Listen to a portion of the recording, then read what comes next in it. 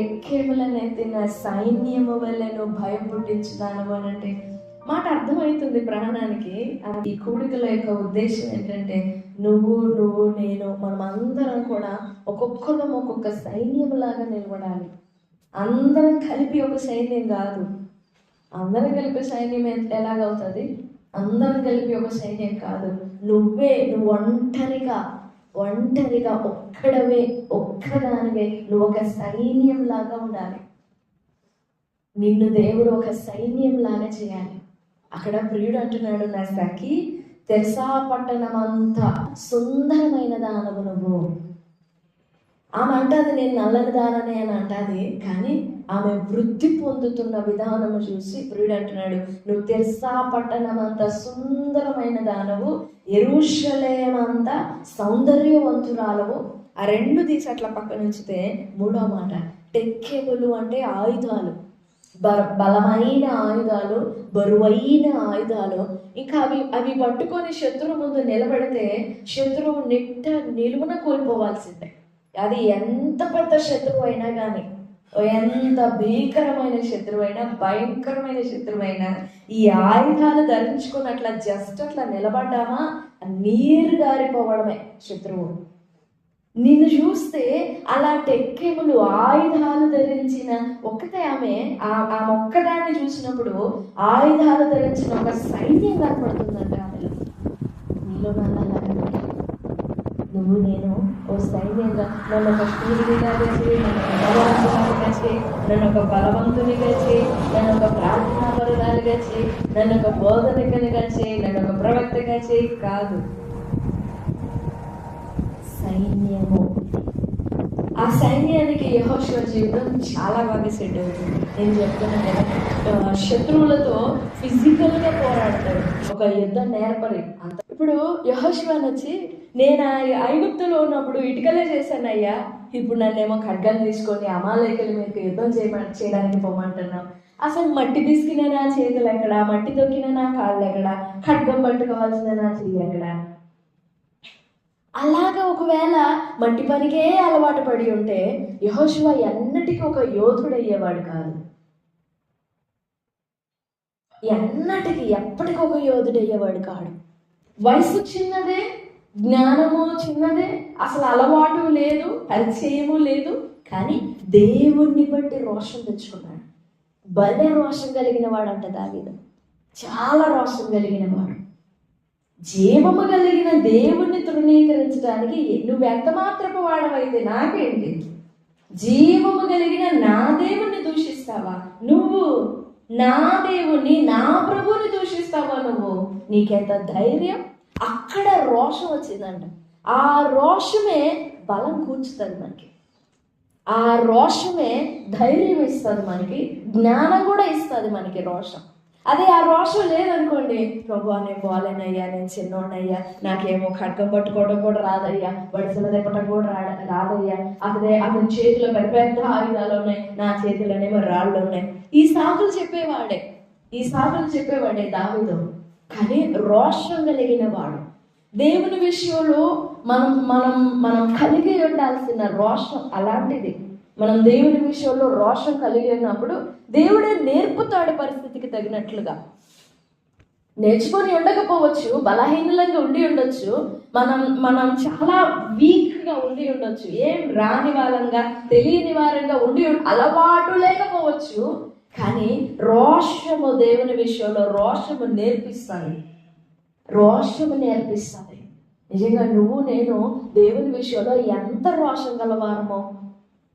నువ్వు వెళ్ళు, మన కొరకు మనుషులను సిద్ధం చేసుకొని నువ్వు వెళ్ళి యుద్ధం చేస్తా ఉండు, నేను నీ కోసం ఇక్కడ ఖడ్గం పట్టుకొని దేవుని చేతి కర్ర పట్టుకొని శిఖరం మీద నిలబడతాను.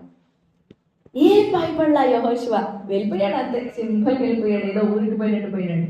ఆ చేతి కర్ర పట్టుకొని వెళ్ళిపోయాడు. మాటను పట్టుకొని వేలాడాలి, మాటను పట్టుకొని వేలాడి. కొన్ని పరిస్థితుల్లో ఏమి చేయాలి అర్థం కాదు. దేవుని మాట వెతుకున్నప్పుడు కనపడదు, దేవుని మాటను వెయిట్ చేసినప్పుడు కనపడదు, ఆ గురి కనపడదు, గమ్యం కనపడదు. కానీ తండ్రి ద్వారా దేవుడు మాట్లాడతాడు. ఏం చేయనక్కర్లేదు, జస్ట్ ఆయన ఏం చెప్తే వింటే చాలు. ఆ మాటను పట్టుకొని వేలాడితే చాలు. సో అలాంటి పరిస్థితులు ఏర్పడినప్పుడు యెహోషువకి తెలియదు యుద్ధానికి పోవాలా లేదా. దావీదుకి మాత్రం తెలుసా పలానా చోట యుద్ధం జరుగుతుంది, దేవుడు ప్రిపేర్ చేస్తున్నాడని తెలుసా దావీదుకి? తెలీదు. తన పట్ల ఒక ఉద్దేశం కూడా అప్పటి వరకు తెలిసి ఉండదు. కానీ పిలిచాడు తండ్రి, నువ్వు ఇక్కడికి రా ఒకసారి అని పిలిచాడు. వచ్చాడు. ఆ గొర్రెలన్నీ తన కాపరి చేతికి అప్పగించి ఒక కాపరికి అప్పగించి పిలిచాడు. పిలవగా వచ్చాడు తండ్రి దగ్గరికి. అక్కడ రాయబడి ఉంటుంది చూడండి, యెహోవా దావీదు యెషయి తనకిచ్చిన ఆజ్ఞ చొప్పున. దాన్ని ఒక ఆజ్ఞగా కూడా తీసుకోవచ్చా? చూడండి, మొదటి సమూయేలు గ్రంథం యెషయి తనకిచ్చిన ఆజ్ఞ 17వ అధ్యాయం 20వ వచనం. దావీదు ఉదయమున లేచి ఒక కాపరికి గొర్రెలను అప్పగించి తీసుకుని ఆజ్ఞ చొప్పున ప్రయాణం అయిపోయింది. ఆ చిన్న ఆజ్ఞ ఎలాంటి జయానికి దారి తీసిందో చూసారా? పోనీ యెషయికి కూడా తెలుసో లేదో తెలియదు. దావీదు అక్కడికి పోయి యుద్ధం చేస్తాడు, గెలుస్తాడు, ఒక రాజు అవుతాడని యెషయి కూడా తెలియదు. ఎందుకనంటే ఒకవేళ తెలిసి ఉంటే మిగిలిన 8 మందితో, ఆ మిగిలిన 7 కుమారులతో దావీదుకు కూడా ట్రైనింగ్ ఇచ్చేవాడే. కానీ సమూయేలు అభిషేకించడానికి ఆయన పోయినప్పుడు దావీదు లేడు వాళ్ళల్లో. ఆ 7 ఉన్నారు. నీ కుమారులు ఎవరున్నారు తీసుకొనిరా నేను అభిషేకించాలన్నప్పుడు వరుసగా పిలిచాడు. నెంబర్ 1, 2, 3, 4, 5, 6, 7 పిలిచాడు. 7వ వాడు వచ్చినాక కూడా, 7వ వాడు వచ్చిన తర్వాత కూడా దేవునికి నచ్చలా, దేవుడు ఒప్పుకోవాలా. ఆ 7వ వాడు కూడా అర్థం కాలేదు, ఇతన్ని నేను కోరుకోలేదు అని చెప్పాడు. అప్పుడు అడిగాడు సమూయేలు, ఇంకా ఎవరైనా ఉన్నారా? 7 నచ్చట్లేదు దేవుడు, ఇంకా ఎవరైనా ఉన్నారా అని అంటే, రాజుగా పనికొచ్చే వాళ్ళు ఇంకెవరు లేరయ్యా. రాజుగా పనికొస్తారనుకున్న వాళ్ళందరినీ నేను ఇక్కడ ట్రైనింగ్ ఇచ్చాను. రాజుగా పనికొచ్చే వాళ్ళైతే లేరు, కానీ ఒకడు ఉన్నాడు, కడసారి వాడు ఉన్నాడు. వాడు దేనికి పనికిరాడు, అందుకే గొర్రెలు కాస్తున్నాడు అక్కడ. వాడిని ఏమైనా పిలిపించమంటావా? ఏమైనా ఉపయోగపడతాడా? ఉపయోగపడడు, నాకు తెలుసా సంగతే. అయినా నువ్వు అడుగుతున్నావు కాబట్టి నీ మాట వరుస నేను ఎందుకు కాదనాలి, పిలిపిస్తానులే చూడు అని నేను అప్పుడు పిలిపించాను.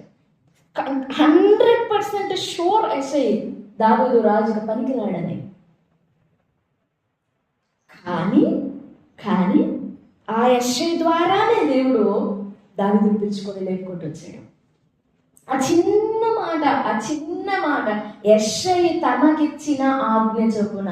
తన అన్నదమ్ములు యుద్ధం చేస్తూ ఉంటే తను మాత్రం ఎక్కడో గొర్రెలు కాసుకుంటా ఉన్నాడు, గొర్రెల కాపరిగా గొర్రెలు కాసుకుంటా ఉన్నాడు. ఆ దావీదుని పిలిపించి ఆ అన్నలకి భోజనం పంపిస్తున్నాడు. ఎంత బాధగా ఉంటుంది. నా మాట అర్థమవుతుందా? ఎంత బాధగా ఉంటుంది దావీదుకి. నేను పోయి వాళ్ళకి భోజనం ఇచ్చి రావాలా? కొంచెం ఇన్ఫీరియారిటీ ఉండదా? వాళ్ళేమో యుద్ధ వీరులుగా ఉన్నారు, తనేమో ఎట్లున్నాడు? గొర్రెల కాపరిగా ఉన్నాడు. కానీ దేవుని ప్రేమించుచు, దేవుని వెంబడిస్తూ, దేవుని తర్ఫీదులో ఉన్నాడు కాబట్టి చిన్న మాట చెప్పిన ఆ మాటను ఒక ఆజ్ఞగా తీసుకొని బయలుదేరాడు. లేదు నాన్న నేను పోలేను, వాళ్ళు ఎవరో యుద్ధం చేస్తూ ఉంటారు, నేను వాళ్ళు కుదిరిపోతే చిన్నగా ఉంటుంది, చిన్నతనంగా ఉంటుంది, నేను పోలేనులే అని అంటే ఏమై ఉంటుంది? ఇంకొక ఆప్షన్ ఏమైనా దేవుడు తీసుకొస్తాడా? దేవుడు మన జీవితంలో కూడా అంతే. చిన్న మాటలే. ఎస్తేరుతో చెప్పాడు, నీ జాతినైనను నీ వంశంనైనను చెప్పొద్దు, నువ్వు చెప్పొద్దు. ప్రాణి అయిపోయింది అప్పటికి, ఇంకా చేసేది ఏం లేదు, హాయిగా సెటిల్ అయి కూర్చుంది అక్కడ. నువ్వు ఇందు నిమిత్తమే వచ్చావేమో ఆలోచించుకో, దీనికోసమే రాజ్యానికి వచ్చావేమో ఆలోచించుకో, ఇందుకోసమే నిన్ను తీసుకెళ్ళాడేమో ఆలోచించుకో. ఇంకదే ఆ మాటను పట్టుకుంది ఎస్తేరు. ఏమొక ఆజ్ఞగా ఇవ్వాల కొడుతుకే, జస్ట్ ఒక మాట అన్నాడు అంతే. ఒకవేళ ఎస్తేరు దీనికోసమే నిన్ను పంపాడేమో దేవుడు అక్కడికి. చూడండి ఆమె విశ్వాసం చూడండి, ఆమె పట్టుకోవడం చూడండి.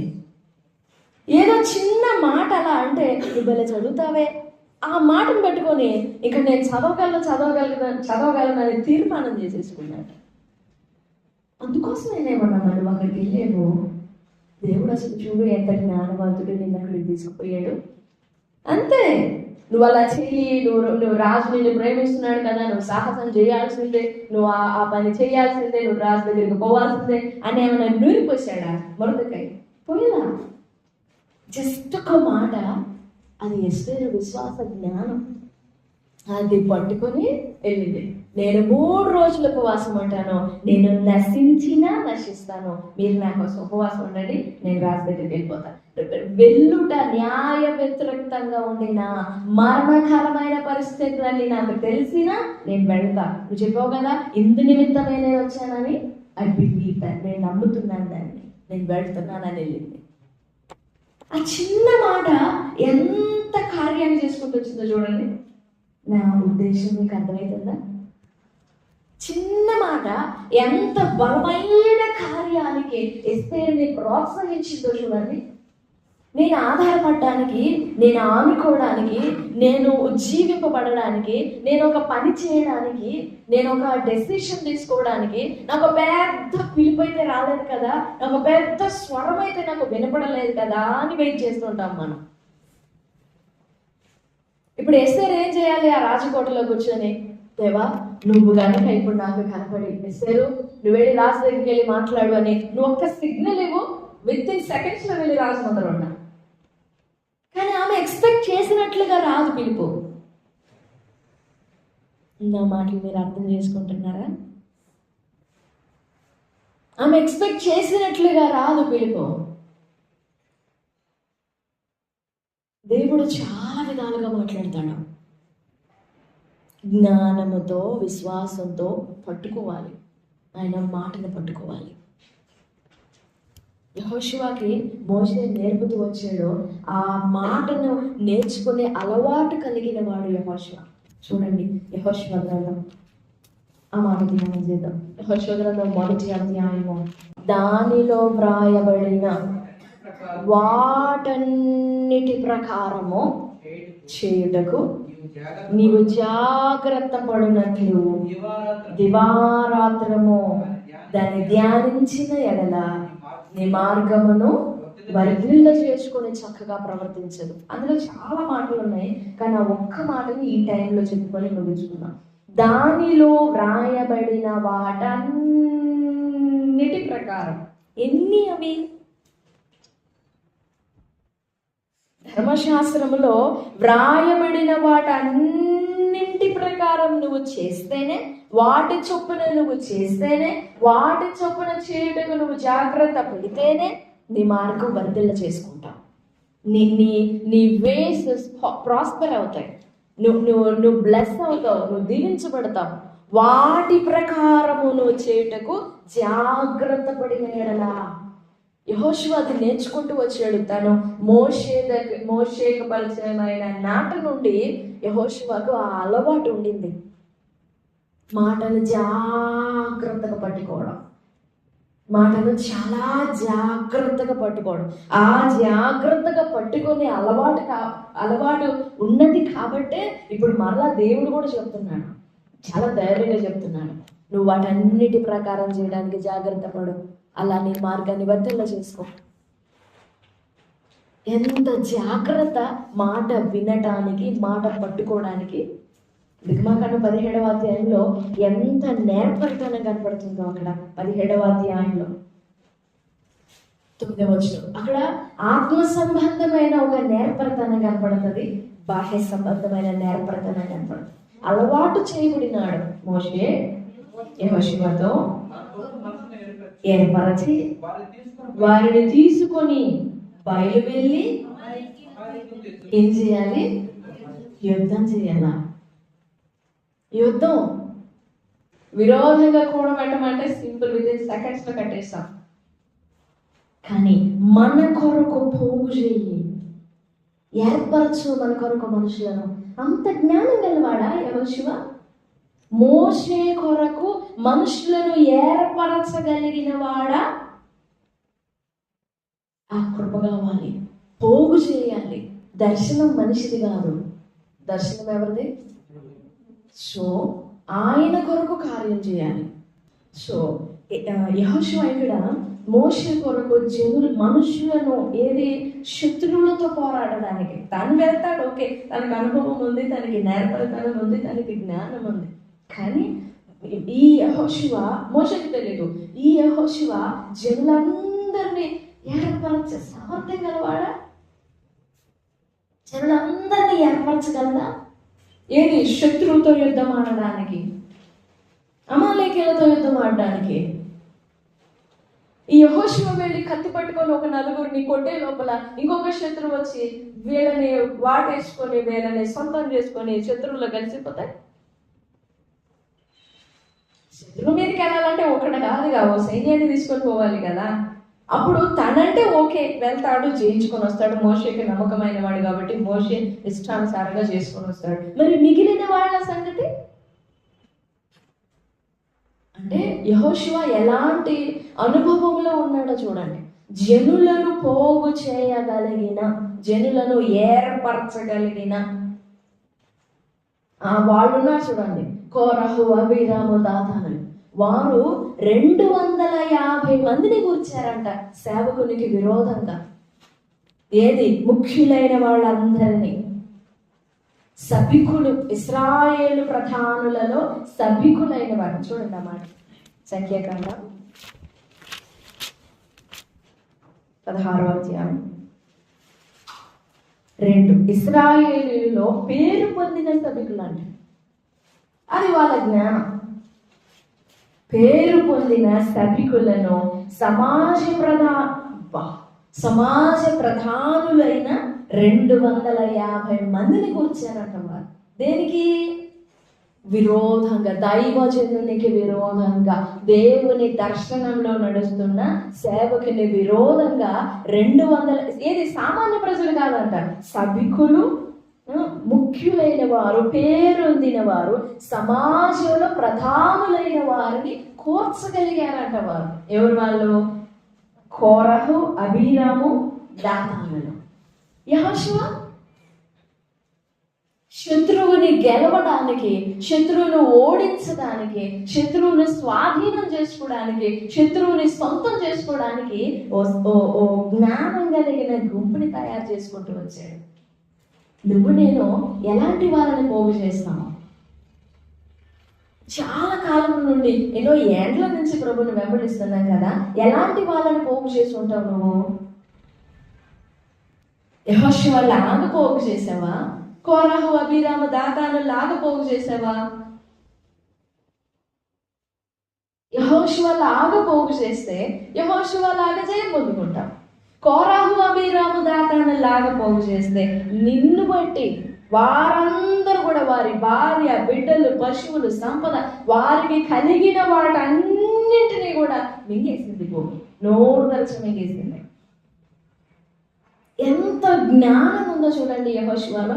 ఎక్కడి నుంచి వచ్చింది ఆ జ్ఞానం అంటే, యెహోషువ గ్రంథంలో ఆయన దేవుడు చెప్పాడు కదా, వ్రాయబడిన వాటన్నింటి ప్రకారము మోషే నీకు ఆజ్ఞాపించినదంతటి చొప్పున నువ్వు చేసి తీరాలి, నువ్వు చెయ్యాలి, చేయనట్లు నువ్వు జాగ్రత్త పడాలి.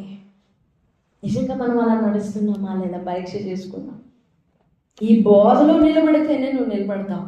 10వ అధ్యాయం 1-2 వచనాలు. అహరోను కుమారులైన నాదాబు, అబీహులు తమ తమ ధూపార్తులను తీసుకొని వాటిలో నిప్పులుంచి వాటి మీద ధూపద్రవ్యం వేసి యెహోవా తమకు ఆజ్ఞాపింపని వేరొక అగ్నిని ఆయన సన్నిధికి తేగా, యెహోవా సన్నిధి నుండి అగ్ని బయలుదేరి వారిని కాల్చివేసెను. అగ్ని ఏదైనా అగ్ని కదా, మాట ఏదైనా వాక్యమేగా, పాట ఏదైనా దేవుని పాటేగా, ఏదైనా ఒకటే కదా. ఏదైతే ఏంటి పర్టికులర్గా అదే చేయాలా, అదే చేయాలనే రూల్ ఉందా? అదేమన్నా కట్టడా? ఒకవేళ ఆ నాదాబు, అబీహులు, అహరోను కుమారులు తీసుకువచ్చిన ఆ అగ్నిని దేవుడు ఒకవేళ అంగీకరించినట్లయితే దేవుడు తప్పుడవుతాడు.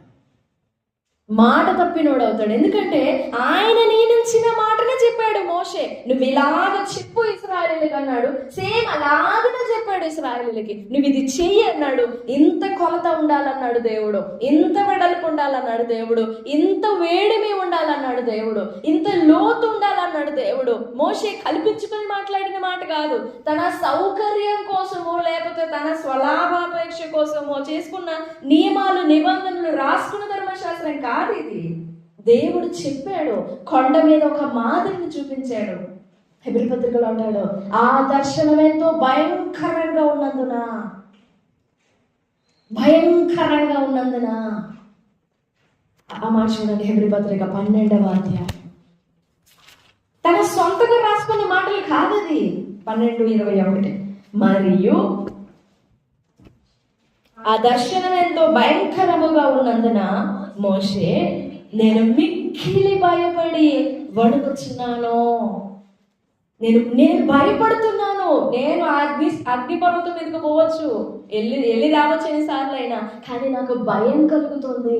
నేను దానిలో రవ్వంతైనా నేను తప్పిపోతానేమో. ఎందుకంటే ఆయన దహించు అగ్ని అయి ఉన్నాడు. అగ్నితో నేను ఆడలేను కదా, ఆయన అగ్ని అయి ఉన్నాడు. నేను చెలగాటం ఆడలేను కదా. నాకు భయం కలుగుతుంది, నాకు వణుకు పుడుతోంది, నాకు భయం కలుగుతోంది. అంత భయముతో జాగ్రత్తతో నియమ నిబంధనలు అన్నీ చెప్పాడు ఇశ్రాయేలీయులకి. ఆ నేర్పరితనం ఉంది యెహోషువకి, ఆ నేర్పరితనం ఉంది దావీదుకి, ఆ నేర్పరితనం ఉంది ఎస్తేరుకి. చిన్న మాటే, ఎందుకోసం వచ్చావు ఏమన్నమ్మా రాజ్యానికి, అదే ఆ మాట మీద కట్టబడింది ఎస్తేరు గ్రంథం అంతా. నువ్వు పోయి మీ అన్నదమ్ములకి జున్ను ముక్కలని, పాలు, పెరుగు ఇవన్నీ ఇచ్చేసి వాళ్ళ అధికారికి కూడా కొంచెం ఇచ్చేసిరా అని పంపించాడు ఎస్ఐ. ఇంకెవరిని పంపలేక వాక్యం నేర్చుకుంటున్నాడు. దేవుని ఆత్మ చాలా విధాలుగా మాట్లాడతారు నీతో, మనతో. దాన్ని వివేచించాలి. ఒక్క మార్గమే నేర్చుకుంటే మిగిలిన మార్గాల్లో దేవుడు నేర్పుతున్నప్పుడు అదంతా మిస్ అయిపోతాం. అంత తగ్గాలి మనసు. ఎట్లా మాట్లాడినా వివేచించి ఎట్లుగా నేర్చుకోవాలి వాక్యాన్ని. వాక్యం నేర్చుకోవాలంటే ఇది కాదు, దేవుని బయలుపాట విషయంలో, ప్రత్యక్షతల విషయంలో జ్ఞానం. అప్పుడు క్విక్గా వెళ్ళిపోతాం మొదటి. ఎస్తేరు కాల యోధురాలు కాల, అలాగైతే మనం కూడా. యెహోషువ కాల మట్టి పిసికి మట్టితో ఇటుకలు చేసిన యెహోషువ ఇప్పుడు ఖడ్గం పట్టుకొని యుద్ధం చేయడానికి పొమ్మన్నాడు. నువ్వు పంపదలచిన వారినే పంపయ్యా మోషేలాగా. నా చేత కానీ, నా చేయగలి, అసలు నా చేతితో నేను ఖడ్గమే మొయ్యలేనయ్యా, నేను పోయి ఇంకెట్లా యుద్ధం చేయాలి. ఇది మట్టి పిసికిన చెయ్యి, మట్టి తొక్కిన కాళ్ళు ఇయ్యి. నాకు అంత స్టామినా లేదు, నాకు అంత స్ట్రెంగ్త్ లేదు, నాకు అంత బలం లేదు. ఐఎమ్ నాట్ క్యాపబుల్, నేను చేయలేను. ఎవరినైనా పంపించి నేను పక్కన నిలబడతానులే అని ఉంటే ఈ రోజులో యెహోషువ గ్రంథాన్ని చదివే వాళ్ళం కాదు మనం. దేవుని మాటలని వివేచించాలండి, అప్పుడు ముందుకెళ్తాం. లేకపోతే ఎక్కడ స్టక్ అయ్యామో అక్కడే ఉండిపోతాం.